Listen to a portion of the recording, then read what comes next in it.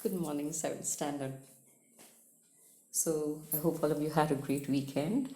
And so far, what we've done, I hope you've had no doubt so far. Okay, now here we're on to page 33. Okay, that's 1.6 here. Okay, Tsunami Witness. So, there we'll start on page 33. Getting started. What do you do when you come across an unfamiliar word when reading a text? What methods do you use to work out what it means? Discuss your ideas in pairs. So, here, getting started there, okay? That what I read out just now was the top of the page 33. Okay, now if you come across a particular word which you don't know the meaning of, now suppose you're reading a storybook and you don't get the meaning, what do you usually do? You try and understand the meaning by reading the sentence once again and seeing what's the context is, or you try and find out the meaning by going to the, what do you use either the dictionary or the thesaurus, right, which gives you synonyms. And if you would like to go further and know about the opposites, that's the antonyms also, these would help you, right? Okay, now let's go on to the text now. Tsunami Witness. In this article, adapted from The Guardian is a newspaper. Okay, uh, if I'm correct, it's in Europe. Uh, the writer describes what happened when a tsunami struck the area of Chile where she lived. A tsunami is a series of large waves triggered by an earthquake. Read the article paying particular attention to the words that are underlined. Okay, now a tsunami, you may have heard that we did have a tsunami a few years ago. Not a few years ago, it now it's nearly 10 years ago, more than 10 years ago. If I remember correctly, it was December 2004 2005 in south we did have, and some parts of Kerala that on the coast also they did experience this tsunami. It's when large waves, because of an earthquake, they come into the water. These large waves come into the land, and naturally there's so much destruction caused and so much loss of life also. Okay, so now let's read the article. Tsunami Witness. I saw the sea start to rise. There was terror and anguish. Terror? What's the meaning of terror? When extreme fear, really very scared, right? And anguish is when you're under severe mental and physical pain or any kind of suffering. Okay, Jocelyn Tordesillas Jarcara lives in Los Villas near the epicenter of the earthquake which hit Chile. The epicenter is the most central part of a earthquake. Okay, and Chile is a country in South America. Okay, I was at home in Los Villas with my three children when the house started to shake at 7:55 p.m. The earthquake was very strong and it lasted for an unusually long time, around 3 minutes. It was longer than any earthquake we had felt before, including the 2010 earthquake. Out of my window, I saw the sea start to rise extremely quickly and come crashing in about 2 meters high into the coastline. It didn't come in far, but the force of the wave was enough to destroy the houses that are at sea level. We'd always been told that tsunami waves take a number of minutes to arrive, and in this case, it was different. The sea rose immediately. Since the 2010 earthquake, our family, like all residents of the coastline areas in Chile, have had an earthquake plan. We took immediate action and went into the most secure room of our house, the main bedroom, which, after the 2010 earthquake, we constructed in light material in wood as a precaution. Okay, so now they're telling you the action of the tsunami. That is when the earthquake took place. Soon after the earthquake, the sea, how it reacted, right? What happened uh, after that, soon after the earthquake. And they tell you first about the earthquake, that it was so strong, right? And it lasted longer than the usual period. And then this writer, she sees it with her own eyes, the sea rising, and the waves rising, right? And it comes in, right? And it tells you, she tells you there, the destruction, right? That naturally all those houses, the people living at the sea level, right, they would have lost their lives, right? Or at least their homes, they definitely would have lost them. And of course she tells you that they've been told specifically, disaster management. Go into the room in which you will be most safe, most secure, right? And they built rooms specifically out of light material, right, as a safety measure. So they all go into that room. So even if it does collapse, they're going to be alive, like they're hiding there. So even if it comes onto them, obviously they're going to be safe. And then we evacuate the house on foot to the community's designated secure zone. So they're evacuating, that means they're being removed from there, right? They're leaving the place to a safer place. They're shifting from there and they're going to a place which has been appointed for them as the secure zone, which has been marked, right? Or which has been selected as the secure zone, right? And they're all going there. They're walking and going there, okay? Designated secure zone, a hill less than a kilometer from the town. That's about 20 meters above sea level. Okay, so that they're a little higher and they're a little safer. It only took us about 10 minutes to get there, but there was sheer terror and anguish. People were running, and no one knew what was going to happen. Some people were on foot, others fled in their cars. More than 7 hours later, we are still here with lots of people and about 40 vehicles because the aftershocks are continuing. The aftershocks are, the earthquakes that aren't of such a great strength as the first ones, but are still coming. It's smaller earthquake that follow the main shock, that is the large earthquake. Okay, there's more people from the town congregating further up the hill. My husband went back to our house to get our car, and my children, aged 5, 10, and 13, are now asleep in it. It is very quiet now.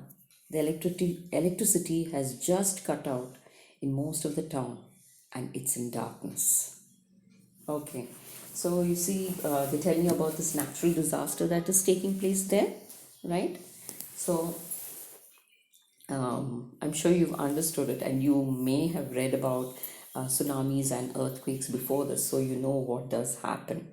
Okay, now next um, is the language focus. Now, language focus, we'll do it tomorrow in class. Okay, so I'd like you to go on to the next page, that's page 35. Question 1. Work out the meanings of the underlined words in the article using one of the strategies described. Create a glossary for the article with definitions of all these words.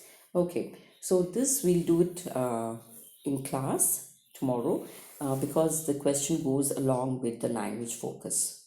Okay, 2. Read the article again. As you read, track the times and the sequence of main events. Create a timeline to show the order of events. Okay, this also we'll do 1, 2, and 3. We'll do it in class together. Okay, to create the timeline. Okay, and then the third one talks about the emotions that they could have possibly gone through. After we do the timeline, I think you'll be able to do number 3 together. Okay, or I'm sure you'll be able to do it there anyway. So number 4,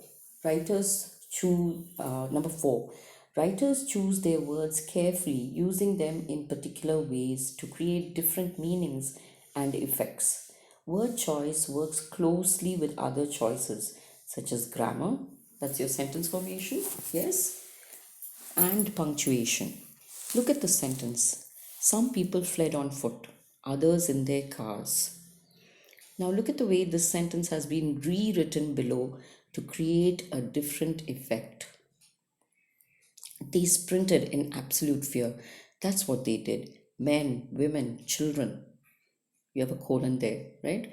All of them ran for their lives. Others, dash, the lucky ones, dash, scrambled into cars and hurtled away as fast as they possibly could.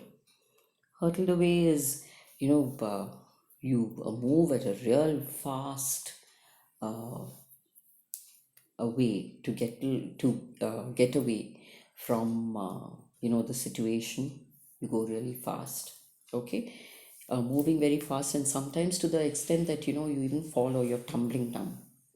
Okay, make notes on the different choice of words, grammar, and punctuation. What effect is created? Okay, now here you can pick out a few words. Okay, make notes on the different choices of words.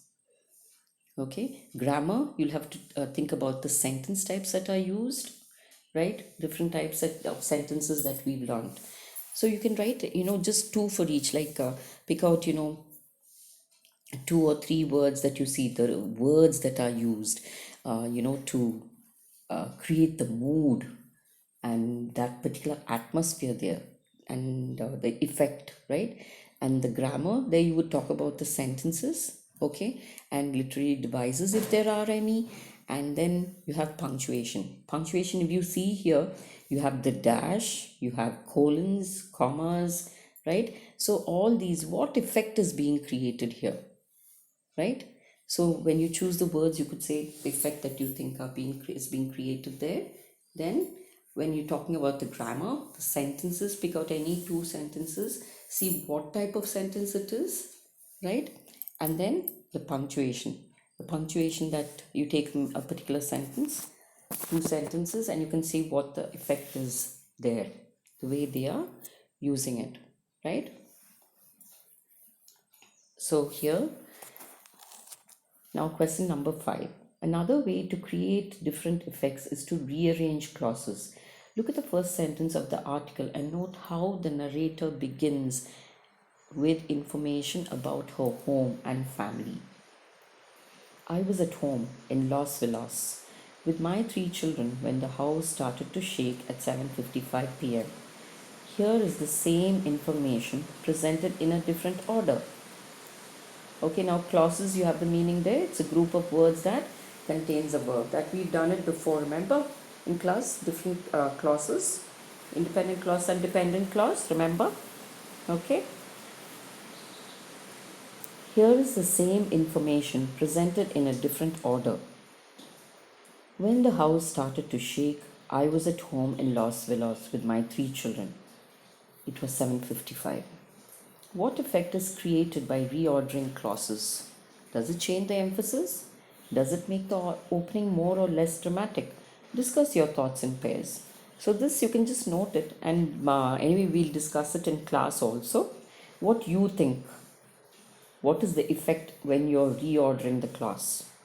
Okay, so write that too. Okay, so here you'll have to write 4 and 5. Okay. Now, the reading tip there. When tracking the main events in a text, skim read to identify times, days, and significant moments. Note down this information using a bullet point list or a timeline. Okay, so when to note down important facts of the lesson, you can note them down. Or like if you identify them, then you can even put them down in a pencil, right? Just underline it down in a pencil. Okay, now here, on to the next page here. Write a new version of the final paragraph. It is very quiet now. Okay, now here, it is very quiet now. The electricity has just cut out in most of the town and it is in darkness. Okay. Now, write a new version of the final paragraph. It is very quiet now. That's what we just now read that paragraph. We just had three sentences, making different choices of words, punctuation, and grammar. You should aim to create the same feeling of tension and fear that the original has. Write about 100 words. So, this you'll have to do that too. Okay. So, that is 4, 5, and 6. You'll have to do that. Okay. So, next, after that, you have the self assessment.